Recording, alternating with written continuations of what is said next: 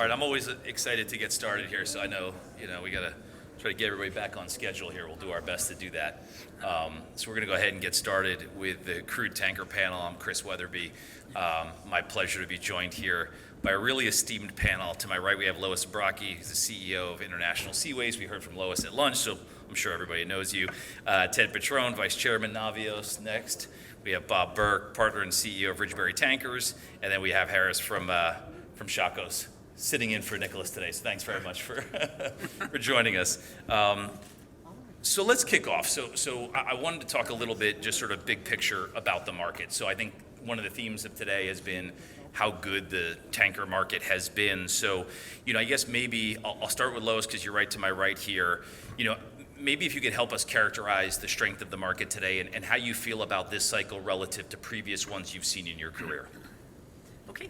Open-ended question to start. No, absolutely. You kick it off and just say, at International Seaways, we have a diversified tanker fleet. So we have both product carriers, mid-sized crude, and then the big ships. And, what's differentiated at this moment than really had happened all the way through 2022, except for the fourth quarter, is that the VLCCs have kind of kicked into gear responding to the opening of China and demand increasing ton miles. The middle part of the crude fleet has just performed very strongly. In particular, you're pulling a lot of crude into the EU from the Western Hemisphere. That's really an Aframax, Suezmax space, and they're shining. And then the product carriers really should not be last on that list because the product carriers have been really, for over a year, just performing very strong across the board, and in particular, at the moment, bringing product into the EU, especially as Russia has been backed out of bringing their refined product imports into the EU. So overall, it's been a very healthy market, and we really look for that to continue. Forgot the second question. No, I think that'll do it. Yeah, and I think maybe I'll ask Ted to sort of build on that. When you think about this in the context of historical cycles, maybe how do you think about this one relative to what we've seen before? Well, I think the strength of this is not only volume, but everybody's talking ton miles, right? The IEA is saying another 2 million barrels by the end of the year of consumption. You look at GDP, world GDP, it's going up around 3% for the next 2 years. There's an 85% correlation between that and the increasing in oil. And on top of that, you have a ton mile issue because of the war. So everything's flashing green. Plus you have CII coming into effect. And Lois talked about it very well at lunch. I think we're saved from ourselves because we have almost a zero order book. You're starting to see a lot of interest from the majors, the oil majors and the traders for a long-term period because of the order book, because of inflation, which is something that happened in the 80s. Maybe you guys weren't around in the 80s when it happened, but I was here. It was very, everything's flashing green here. And this happened in, 15 years ago when it was not supposed to happen again, but here we are. It's a cyclical market, but this one has some legs. Okay. Bob, there's three things that I think about in the context of this market. I guess there's Russia, there is China, and then I think the U.S. from an economic standpoint. So if I'm thinking about demand, I don't need you to necessarily answer all three of those, but maybe pick one or two that you think, and how unique they are and what they mean to the strength and duration of this cycle. Yeah. To reiterate what Ted said, I've been doing this since the mid-'80s also, and I've never seen it so strong. But more importantly, sort of the parameters that box in a good market have never all been there at the same time. I think, fundamentally the lack of orders has nothing to do with capital discipline. I don't think there's any discipline in a basically commodity-driven market. It's just not in our own best interest to order expensive ships with an uncertain propulsion system. It doesn't make any sense at all. But you asked about demand from Russia and what it's done to the trade. I think it's widely accepted if peace breaks out tomorrow, the trade, the dependence upon Russian oil will not go back to where it was. But I do think that the trade will expand more or will go back somewhat to what it was between Russia and Europe. It's not a pipeline, so it's not complete dependency. but those trade rates will probably rationalize. With China opening up, it's an increase in demand of 1 million odd barrels a year, and most of that, or a lot of that now, will be coming from the U.S. Gulf. It just needs to make the most sense for them. And U.S. Gulf and shale, I think the increase in shale production is not going to be what it has been. You know, I think the most optimistic projections are a little bit over 500,000 barrels a year going forward, and just structurally you can't support much more of that. A lot of that is based upon, you know, the service providers in the shale sector. They're just not there. Got it. Harris, maybe also if you could give us maybe some perspective on the market from a China standpoint. Any thoughts there in terms of, you know, how quickly demand has come back or is going to come back from China? So obviously coming through Lunar New Year, which was extended this year, how are we seeing developments kind of real time? Sure. Well, it's interesting because up until a couple of months ago, we did know the market didn't really need China to open up in order to have this firmness, this solidity that we're seeing over the last few months, or since the war erupted in the Ukraine.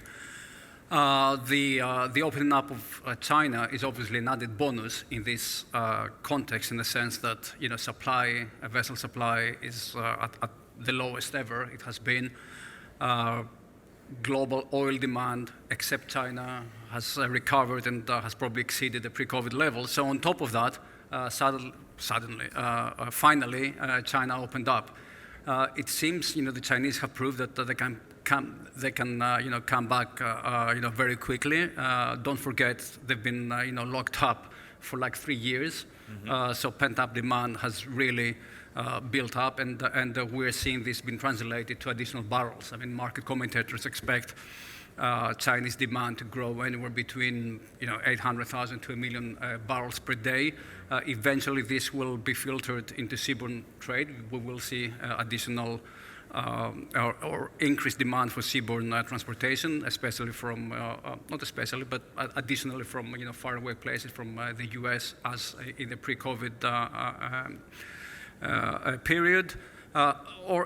Even if China continues, not so much to the extent that we have seen India, but even if China starts or maintains the relationship with Russia and continues or starts to import more oil from Russia, that's still a kind of benefit for the rest of us, in the sense that they will absorb perhaps some of the older tonnage that they will not be kind of permitted or allowed to trade in what I call the Western trades. So all of that will migrate to the shadow fleet that we keep talking about.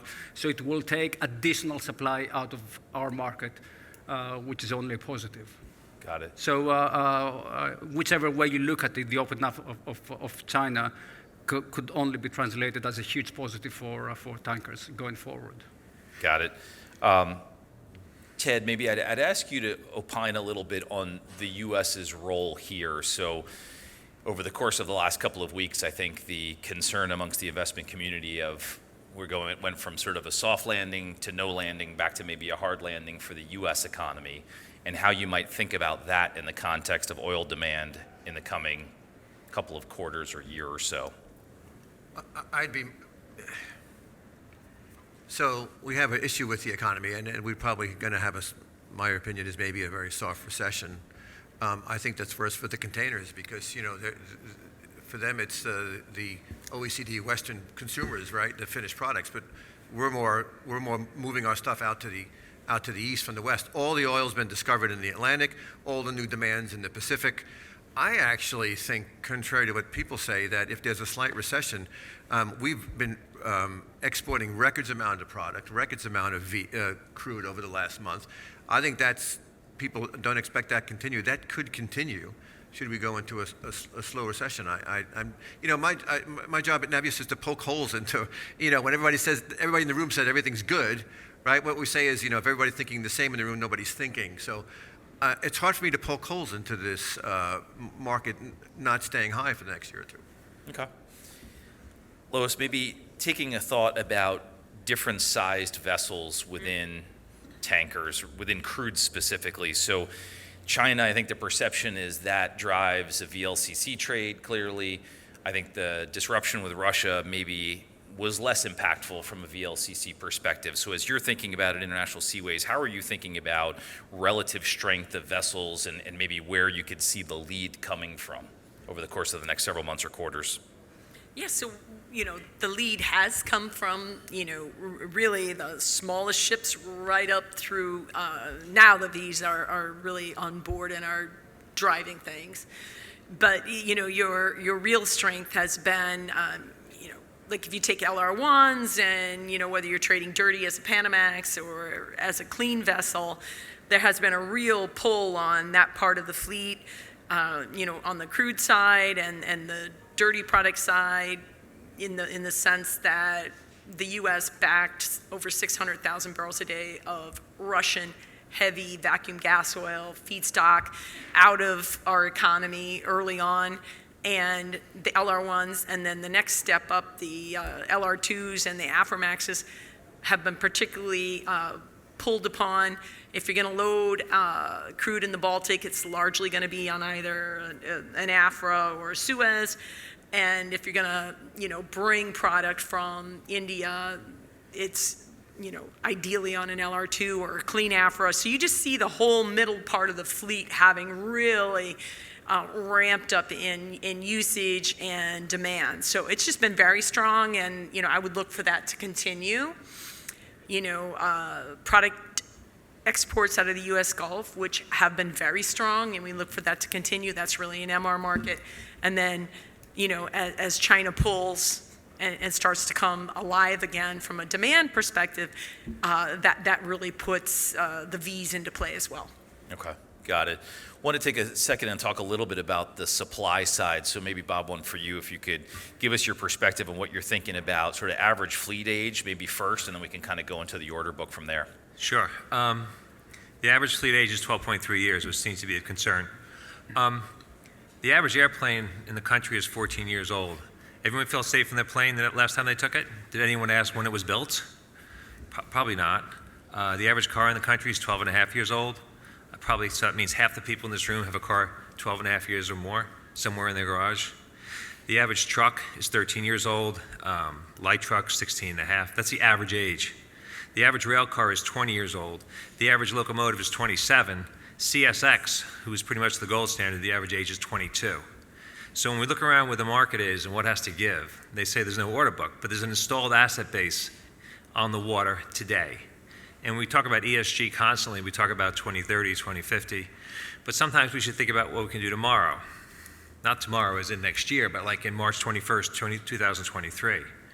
If the assets lasted 25 years, and there's not a reason on this good earth that it can't last, if we're allowed to by the charterers, that there's plenty of supply. The unfortunate thing is the people who say ships have to be scrapped at 20 have probably never been on a ship before. Maybe they've never even seen one. I brought a banker out to Singapore to see an 18-year-old ship, 18-year-old V, and I said they're going to scrap this thing in 2 years and melt down 44,000 tons of steel. And that has an ESG impact. The other thing to think about is if we're all worried about scrapping, by my math, if ships last 25% longer, well, there's 25% less scrapping, and there's 25% less of an issue there. So I think we've all been held captive, by the OPA 90 regulations of 40 years ago or 30-odd years ago that said ships have to be recycled at age 20. So I think there's a real benefit to taking the asset base that we have, the installed asset base, and making the best we can with it. I mean, recycling is great, and new builds are great, and it's all necessary. But I personally think it's ridiculous to throw these things away when they're 20 years old, especially when that's driven by a lot of people who have never actually seen a ship before.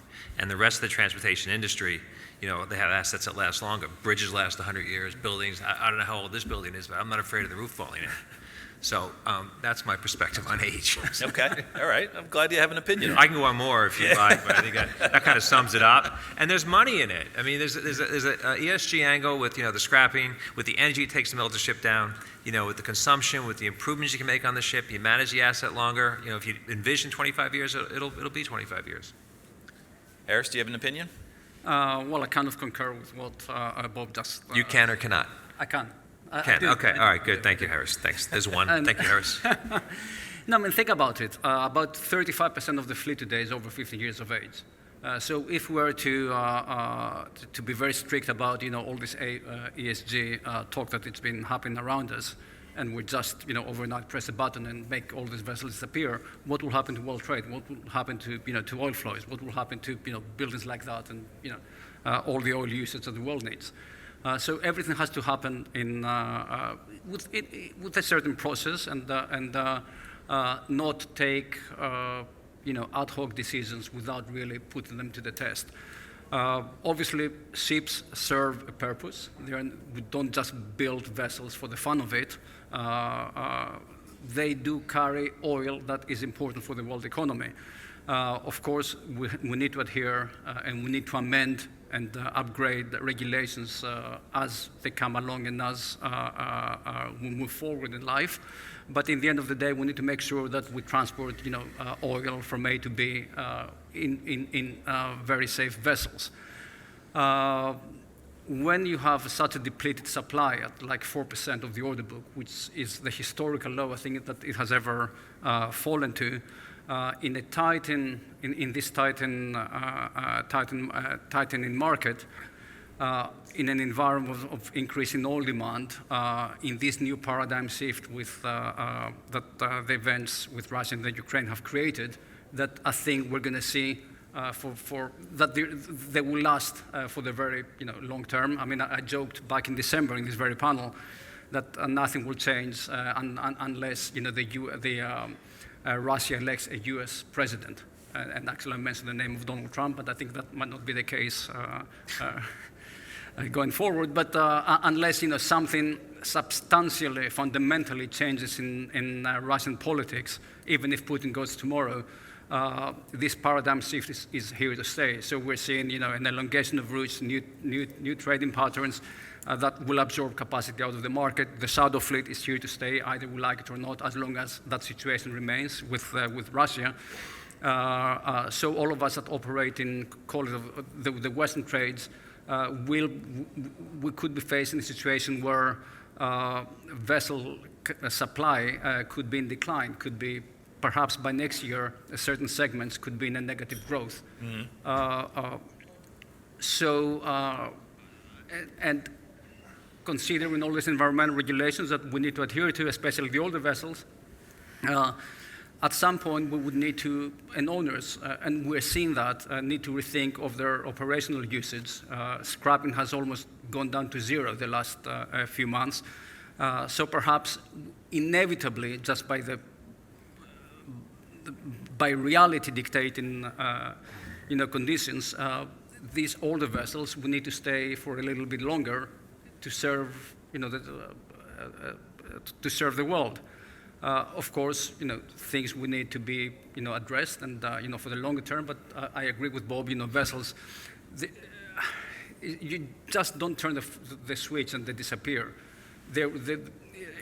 Supposedly they're built for like 25 years. Historically, they have been scrapped, I think, closer to somewhere in the 20, 22 years of age. More recently, in the crisis, I think they were down to 18. But that doesn't mean that the vessel that it's 18, plus does not have the necessary qualities to transport safely, especially if you know what you're doing as an operator, mm-hmm. To transfer the cargo from A to B safely. In an efficient manner.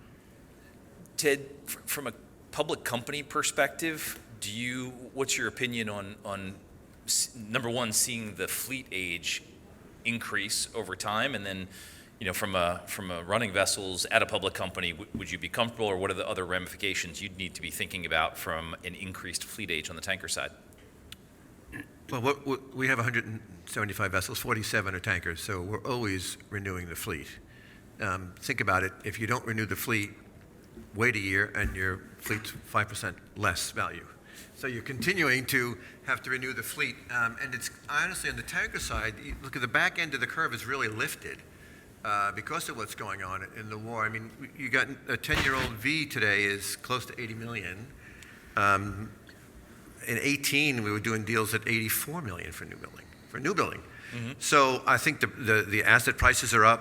But so we're diversified. We made we made some good money in the container side. We pushed it into the tanker side.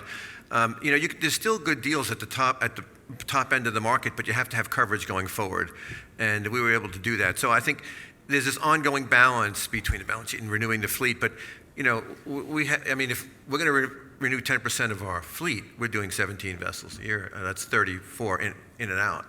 Our fleet is about 2.5 years younger than the average across the board, like 4 against the containers and 2.5 on the tankers. But we want to keep that cutting edge in front of the aging fleet. And I think the fleet is going to continue to age because, as we've been saying here, the transitional fuel is LNG, we know that. But what's the next fuel? It's the flavor of the month's methanol. But who knows? It may be because you can store it at room temperature. Lois knows a lot more about this than I do. But I think until you get to that, even if the Vs average 100,000, which they're averaging today for the next year, you'll have some ordering, but nowhere near where it would have been without the CII, EEXI constraints on, because you don't want to order a ship, as we said, and 5 years later you have to renew the engine. So Lois, you obviously talked about this at lunch to a degree. So what do you do? B rates are north of 100,000. This is a fleet today that's generating significant and historic cash flows. What do you do with fleet development plans as we're waiting for technology to catch up? So first of all, they're making $100,000 a day for like a hot second. Sure. Let us make some money, because we went through 2021, which in 30 years I've never seen rates worse, than they were for the VLCCs. And I guess we would love to build more dual fuel VLCCs with the LNG capability. Doesn't seem to us to really work on small size vessels, However, is working very efficiently on the Vs. It is expensive. So, today, if in Korea you're going to order a V at 120, which is probably undercutting it, Yep. and then tack on top of that the dual fuel LNG capability is going to be another 15 to 20. These are really big numbers, and that's why, we need partnerships to try to defray some of that risk element with the new technology. So, today you take the existing fleet and, you do everything that you can from behavior, from equipment, to reduce what you're burning today and what your footprint is. And then you're looking at tomorrow, and, there is some existing technology that, by the way, is not carbon free, but that is carbon reduced. And then, you start looking at, net neutral and carbon free, and it's going to take a lot of time and innovation before we get all the way there. Just to summarize what everyone said, I think the ship is delivered 2 years from now or 2.5 years from now. So you have a capital drag for 2.5 years, delivered into an uncertain market that could be completely different than where we are now. And you have an historically high price on a ship with a propulsion system that you don't know if it's going to last for very long. So without, as Lois said, without a charter from an oil company who may actually need it or want to be virtue signaling or both, it's really hard for ship owners to go out and just, take a flyer on something like that. Never mind, renewing 10% of a 170 ship fleet. So I think, what I said before, there are a lot of ships out there that can be optimized and improved in their efficiency, and then, the next few will come along in due course. But it's I think Bob totally hit the nail on the head. It's one thing for owners every so many years to be asked to upgrade the vessels, to reinvest over their all investments in terms of upgrading the vessel. But on the other hand, the investment in that vessel needs to make financial sense. We're all here, obviously, for a reason, being in this, call it capitalistic world, where none of us here is doing it for charity, so it needs to make financial sense to invest. And we're fine in doing it as long as we get the necessary returns, minimum returns on the investment. So as long as, the owners are one side of the equation, but on the other side are the charterers. Mm-hmm. So are they there to support you and provide you with the necessary rate over the long term to justify your investment? Either on the new building or a retrofit, we don't know. So perhaps, I don't know if Nicholas... But they never have, because we always order new ships, and then we hope the market goes up, and then they can use the new ships and take advantage of our lower capital costs and drive our capital costs lower. So that's been that has been what's happened to the traders and the oil companies over the past 20 years, right? And we just walk into it, and this time we can't. I think you're seeing some partnerships for a few reasons, right? What drives the period market? The first thing that drives the period market is pain in the spot market, and you need to do 2 to 3 year deals. But now we're seeing major oil players and the major oil companies talk about doing longer term deals because they see the same numbers going forward that we do. For the last 10 years, they could say, I'm going to put 5% of my portfolio on long-term deals, and I'm probably going to lose money on it, but I need it just in case something blows up. Now they've taken that 5%, and they've probably said, I need 20% of my portfolio covered on long-term basis. So you're seeing a lot of calls come in, and I go back to inflation. I think once you get above, up to 3 years, it starts from the trader going to the manager going, it works its way up. But 5-year deals really start from management making a decision that we need coverage over the next 5 years because of the lack of order book and because of inflation and because of geopolitical issues. So it's a very different footprint here than it has been for the last few years. And I guess for a new building that could potentially last for 18 years, let's say on average, is a 5-year long enough in the context of things? So I guess that leads to the next natural question. I think each one of you touched on it to some degree. So what are the types of partnerships that you as ship owners would be willing to accept in order to step into this extraordinarily high price but still kind of uncertain market for new assets? Are you a broker or a banker? I'm going to be a independent research guy for the time being. Well, I mean, owners are looking for 7-year time charters, as longevity, as much as you can find it. And, I think it's just beginning, quite frankly, on the tanker side in particular to develop, because to Ted's point, the customers need to see that, perhaps, I'm not going to be spoiled for choice unless we work together to find some solutions. And Sorry, Lois. no, go for it. Listen, I know this is a tanker panel, but the containers to completely encapsulate this market, they didn't make a dime for 10 years. Then in 2 years, they made a decade's worth of money. And that's shipping. And you have to control your risk and control your cost to be in position to make that money. And that's where we are now. Yeah. So does the economy need to get worse for this to resolve itself? I guess that's what I'm trying to get at is what do you think, if you looked in your crystal ball, what resolves this? Bob, it looks like you want to answer. Yeah, I think historically, like back in the 60s and 70s, oil companies had long-term charters on tankers all the time. And then a spot market developed on the fringes. And then the oil companies figured out that the spot market is a cheap place to get ships, as Ted said, for a long time. So they had other uses for their equity and their capital.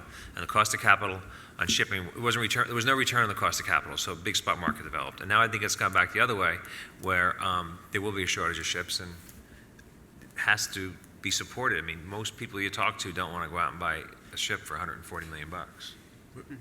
We do more time charter than spot, and we're getting a lot of profit sharing, a collar and profit sharing. So think about what the charters are doing. They're giving us downside protection and 50% of the upside. That's a very strong signal to us. Okay. And perhaps in a way, we are seeing what we're trying to,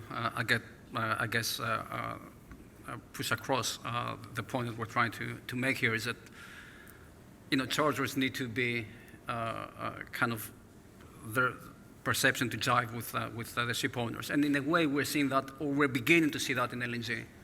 Today we're talking about, very high-priced assets, over $250 million, perhaps touching $260 million. And finally, over the last year or so, or perhaps more recent than that, we are seeing charterers offering long-term contracts, which we hadn't seen for many, many years in LNG. Historically, LNG had the longest of contracts. Then that declined, and on average, we were looking at anywhere between maximum 5, 7, 8 years max. Today, at the get-go, you can easily, a 10-year contract is on the table. So the charterers, I guess, have realized that for an owner to make an investment of $260 by the time the vessel gets delivered, million, at least a good part of its life needs to be covered with a decent, good return contract. Just when has the market been this strong with balance sheets with no debt when owners haven't rushed out and bought?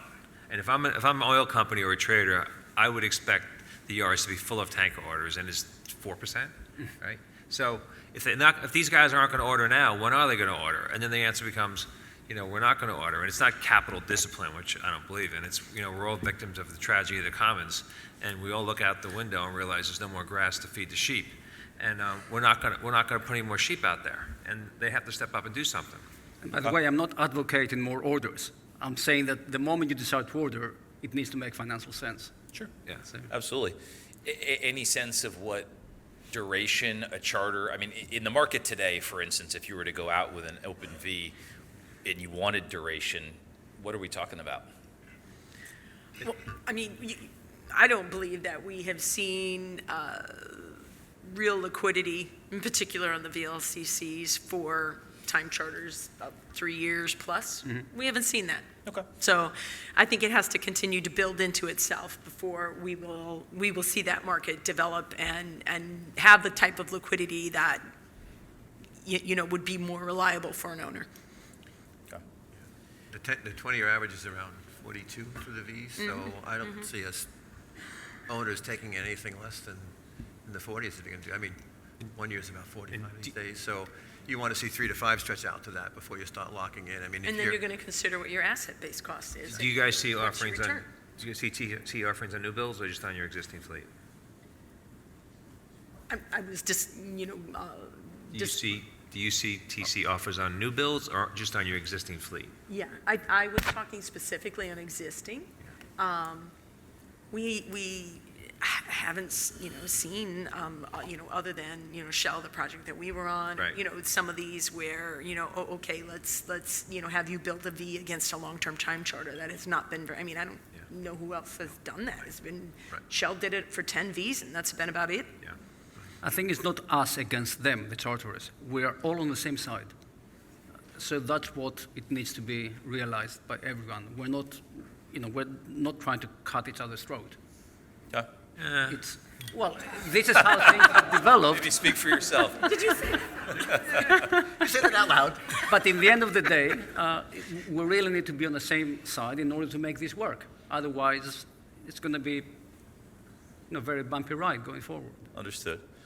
We have standing room here, so if people do have questions, feel free to raise your hand. I like these things to be more interactive than just me firing away, but if you do have questions, feel free. I have plenty more to go, though. So, Lois, at lunch you talked about some of the work that you're doing incrementally to help fuel efficiency of the vessels. Can you talk a little bit about that? And, obviously in this spot environment, the return on incremental investments is probably pretty good. But how do you think about that sort of Right. more holistically across the fleet? Well, it's interesting. It's a whole different conversation now than it was, even just a couple of years ago when, Bill Nugent, our head of technical and sustainability, says, okay, we want to put advanced hull coatings on. It's a lot easier for us to get to yes, okay? Because does it pay back? Yes. Is it what you absolutely need to be doing so that you can meet your trajectory? Yes. So, it's all of those, tried and true things, the advanced hull coatings, the Mavis ducts, boss fins. But then, I think, when we were sitting in there today and, really digging into, that analysis of the fleet, there is more, machinery and optimization that can be done. There's more human behavior changes that can be done. Of course, I think everybody today is using whatever onboard automation you can, and the weather routing and all of these things, right? But I think there's a lot yet to be done. For example, you bring a tanker into port, and you're going to be going on that laden passage at whatever the charterer ordered for speed, and then you're going to show up, and you may or may not go in right away. And when you do go into discharge, you're going to be holding 100 PSI at the rail. That's in your contract. And you better be able to discharge within 24 hours. Now, that's regardless of what the shoreside capability to receive is, and, so you really, you can see all these rich areas where when and as, you could try to change little pieces in the system. Everybody talks about arriving just in time as to when they need you, and, how quickly do you, how intense does that pressure at the rail need to be for your discharge pumps to get that cargo off? There's just a lot of rich detail that could be attacked once we all start working together. And the CII is already forcing all these conversations, because you want to do a time charter, owner's going to want a CII clause. Charter is going to be, at the very top. Oil companies are very much aware and pushing decarbonization. On the chartering desk, then they're like, okay, what do you mean we got to do a CII? And all of a sudden, it causes and it is starting to force a different level of collaboration and people working together to manage how they're going to trade those ships. So I think we're just in the beginnings of this. I think also, if you have 100 ships, a few years ago when everybody's worried about, the cash, right? The office bills. You were sending 3-day FedEx because there wasn't enough money to pay for 1-day FedEx. It was kind of hard to rationalize $500,000 per ship in the yard for better coatings. But when the market's at $100,000 for Vs and $50,000 for MRs, you can do things that have a payback of as short as 2 or 3 years. So it's really a different program for us. Got it. I think if you put, may I? Yeah, please, absolutely. So if we do all these incremental changes, I think if you want to look at the targets of IMO 2030, 2050, our best guess estimate in-house is you're only going to get 25% of the way there without a new fuel. You can do LNG, it's 15% less carbon, and then you can do carbon capture, another 15%. You're not even halfway there yet. So you're going to need some giant leap in technology, but yet all of us need to do the best we can to make maybe that 25%, which we're looking to go, to make it 40%, and then maybe there's a combination of fuels that we use that get us to zero carbon, but that's a long way off. So we only have 2 minutes left, so I ask you guys this every time I do this panel, and I don't think you guys like it anymore every time I do, but I'd love to get some perspectives on where you think rates are going to go. And so if I had to ask you to, you could pick the ship size and think about sort of a year-end, either spot or contract rate. If you want to do a 1 year, that's fine. Kind of get curious, what do you think the market's going to look like at the end of the year? I go last. I wanted you to go first. Let Ted go first. It's like the price is right. Yeah, I don't know. I don't think. See where you can get to. Right. There's. I'll answer without a number. There's black swans, right? And then financially, there's also pink flamingos, right? We hear these days a new term, black swans, but you don't see pink flamingos, things that are hiding in plain sight, like a banking crisis in front of us. I do think the rates will continue to be on the spot market well above the 20-year averages. You'll start seeing a lengthening of time charter. It will be volatile. I mean, I think you'll have your summer lows. I mean, it's seasonal and it's cyclical, but we're well above. I think we're going to be certainly on the crude well above 20-year averages, and that will hold unless there's a black swan. Got it. Lois? I'd say I think that will hold on both the crude and the product. And, if we get some economic headwinds and the market breathes, then, buy quick. Got it. I'll let Bob go last. Harris? I don't see anything changing for the worse based on market fundamentals and oil tanker fundamentals going forward. If anything changes, it will only be for the better, unless, of course, with the full disclaimer, some global meltdown or something that we cannot foresee at this very moment. But I do expect rates and asset prices to remain at very elevated levels, and perhaps just by using the benchmark 1 year VLCC levels, we could be seeing perhaps come at the end of the year rates perhaps 10 to 15% higher to where we are today. So probably in the touching $50,000+ a day, $55,000 a day. Got it. Bob? Yeah, I would say I've never seen it so good. All the fundamentals and supply demand are in our favor, and I think the next 2 years are going to be great, just like they are now. But I will say that something will happen, Everything that happens is 1 in 1,000, but there are a lot of things that are 1 in 1,000. So it's more than 1 in 1,000. It's 100 in 1,000 or 500. So I would say in the next year, something will change the dynamics. Could be, strongly to the upside or downside, but it's clearly nothing that we can predict now. Yep. Thank you very much. Appreciate it. Thank you, everyone. Thank you.